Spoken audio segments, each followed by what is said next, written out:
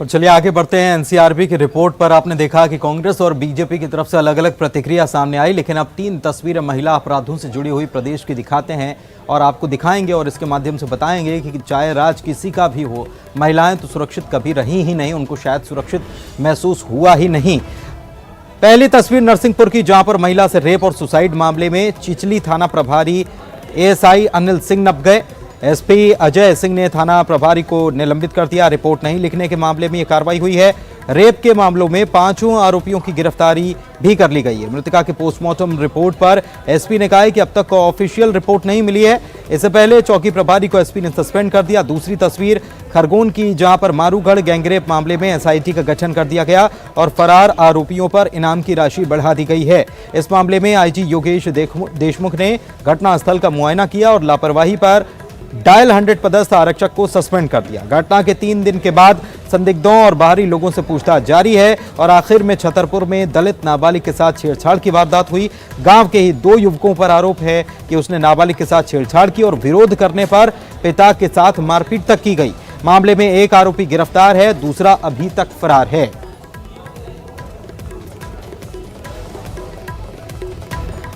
तो जो मॉर्निंग में घटनाक्रम हुआ उसमें फरियादी के शिकायत के आधार पे धारा 306, 376 डी का मुकदमा दर्ज किया गया। सभी आरोपियों को गिरफ्तार कर लिया गया है। इसके साथ साथ जिन पुलिस अधिकारियों की लापरवाही पाई गई थी, चौकी प्रभारी गोटीटोरिया और थाना प्रभारी इंचार्ज की, उन दोनों को निलंबित कर दिया गया है और उन लोगों के खिलाफ धारा 166 से आईपीसी का मुकदमा दर्ज करके कार्रवाई की जाए। उसके माता पिता भी लड़की के खेत पर ही थे, तो उसने आवाज़ लगाई। इसके माता पिता भी आ गए मौके पर और उन्होंने उक्त व्यक्ति से कहा कि ये घटना क्यों करी, इस तरह की हरकत क्यों करी। तो जब ऐसे विरोध किया, उनके द्वारा विरोध किया गया, तो जो संबंधित दूसरा व्यक्ति है, फूलचंद यादव करके एक व्यक्ति था, तो उसने पीड़िता के पिता के साथ डंडे से मारपीट करी और जान से मारने की धमकी देते हुए वहाँ से चले गए मौके से। और चलिए ब्रेकिंग स्टूडियो का रुख कर लेते हैं। Deepesh, over to you. शुक्रिया पुनीत। एक और बड़ी महत्वपूर्ण खबर बता देते हैं। छत्तीसगढ़ के कैबिनेट मंत्री शिव डकेरिया ने प्रेस कॉन्फ्रेंस के दौरान एक विवादित बयान दे दिया है, जिसके बाद सूबे की सियासत में सियासी हलचल तेज हो चुकी है। प्रेस कॉन्फ्रेंस के दौरान मीडिया के सामने मंत्री शिव डकेरिया ने हाथरस की घटना को लेकर यूपी सरकार पर खूब हमला बोला, लेकिन उन्होंने प्रदेश के बलरामपुर में किशोरी के दुष्कर्म की घटना को छोटी करार दे दिया। उन्होंने कहा कि बलरामपुर में छोटी मोटी घटना हुई है, जिसकी जांच प्रशासन की टीम कर रही है। आपको बता दें कि बलरामपुर में किशोरी को नशीली दवा खिलाकर उसके साथ दुष्कर्म किया गया था। उस घटना को मंत्री महोदय छोटी घटना करार दे रहे हैं और हाथरस की घटना पर सरकार को जमकर कोसते हुए नजर आ रहे हैं।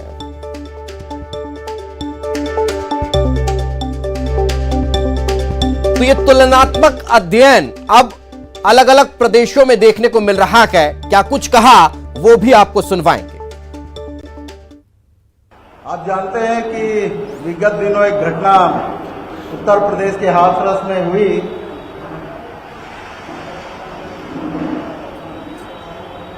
जिसमें हमारे परिवार की एक बेटी का बलात्कार हुआ। उनकी हड्डियां तोड़ी गई, कमर की हड्डियां तोड़ी गई, जीभ काट ली गई। ये घटना 14 तारीख की थी, पिछले महीने की 14 तारीख की थी। लेकिन उत्तर प्रदेश की सरकार ने अपराधियों को गिरफ्तार करने में और उस पीड़िता की इलाज कराने में कोई रुचि नहीं दिखाई। जिला स्तर पे कलेक्टर को ज्ञापन सौंपेंगे धरना प्रदर्शन और रैली करने के बाद, और 7 तारीख को यहां प्रदेश स्तर पे धरना प्रदर्शन और रैली करेंगे और राष्ट्रपति के नाम पे महामहिम राज्यपाल को ज्ञापन देंगे कि अजय कुमार बिष्ट उर्फ योगी आदित्यनाथ की सरकार, जिन्होंने खुद एट्रोसिटी किया है, उस सरकार को बर्खास्त किया जाए। रमन सिंह जी को जानकारी नहीं है, जो बड़ी घटना हुई है उत्तर प्रदेश के बलरामपुर में हुई है, छत्तीसगढ़ के बलरामपुर में नहीं हुई है। यहाँ की घटना उस तरह की घटना नहीं है। बलरामपुर हमारे यहाँ जो घटना हुई वो इस तरह की घटना नहीं है। और इतनी बड़ी घटना हुई है हाथरस में, रमन सिंह जी ट्वीट को नहीं कर रहे हैं। रमन सिंह जी का जबान क्यों बंद है? उनको ये जवाब देना चाहिए, हाथरस में जो घटना हुई क्या वो अच्छा हुआ है? उसके लिए वो ट्वीट नहीं कर रहे हैं। और एक छोटी घटना कोई हो गई बलरामपुर में, यहाँ छत्तीसगढ़ में, वो सिर्फ छत्तीसगढ़ सरकार की आलोचना के अलावा दूसरा कोई काम। तो और ज्यादा जानकारी के साथ हमारे सहयोगी अवधेश हमारे साथ जुड़ चुके हैं। अवधेश, के तुलनात्मक अध्ययन ने कि क्या देश में इस तरह की घटनाओं को बढ़ावा दिया है जो अब छत्तीसगढ़ में देखने को मिल रहा है?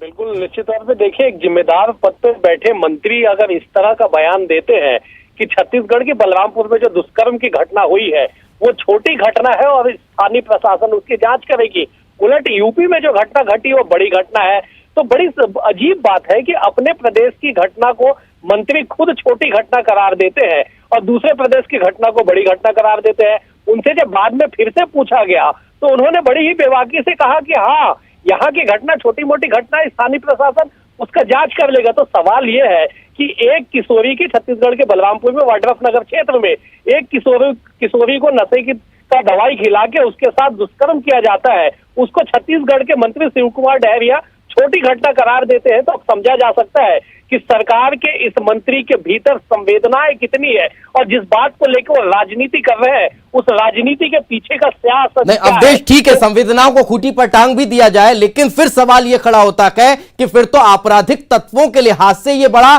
खुला मैदान हो जाएगा कि जब प्रदेश का मंत्री ये कह दे कि घटना छोटी है फिर तो कर दी जाए।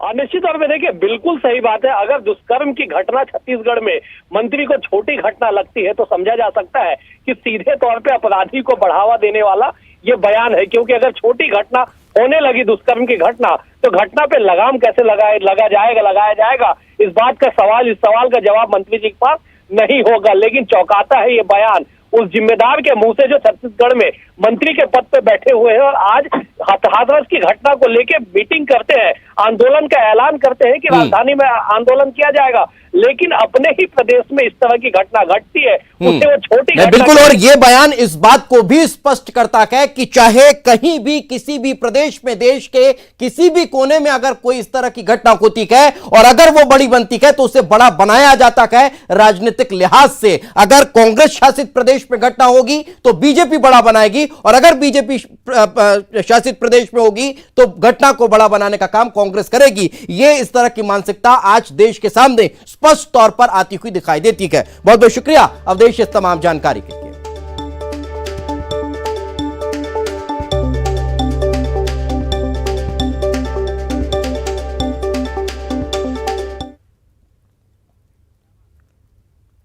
तो कहीं ना कहीं इस तरह के मामले बहुत ज्यादा चर्चा में रहते हैं, लेकिन अब इससे इतर आपको एक बार फिर से राजनीतिक घटनाओं पर लिए चलते हैं। खबर भोपाल से, बीजेपी की लिस्ट का इंतजार लगातार चल रहा है। 2 दिनों में बीजेपी की लिस्ट जारी होगी, इस तरह की चर्चा निकलकर सामने आ रही है। 28 सीटों के लिए उम्मीदवारों के नामों का ऐलान होना है। 25 सीटों के लिए उम्मीदवार तय कर लिए गए हैं। कांग्रेस से बीजेपी में आए लोगों का टिकट लगभग तय है, सिर्फ ऐलान होना बाकी है। 3 सीटों के लिए तैयार है 2 से 3 नामों का पैनल। जौरा सीट पर 3 नामों का पैनल तैयार हुआ है।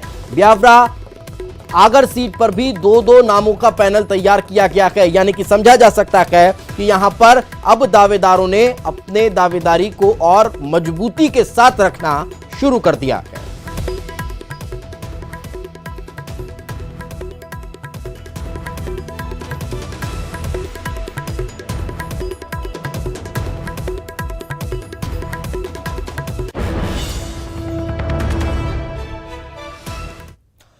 तो हमारे सहयोगी पुनीत हमारे साथ जुड़े थे। पुनीत, आपका भी बहुत बहुत शुक्रिया। इसी के साथ इस बुलेटिन में फिलहाल इतना कि खबरें लगातार जारी हैं। दीजिए इजाजत, नमस्कार।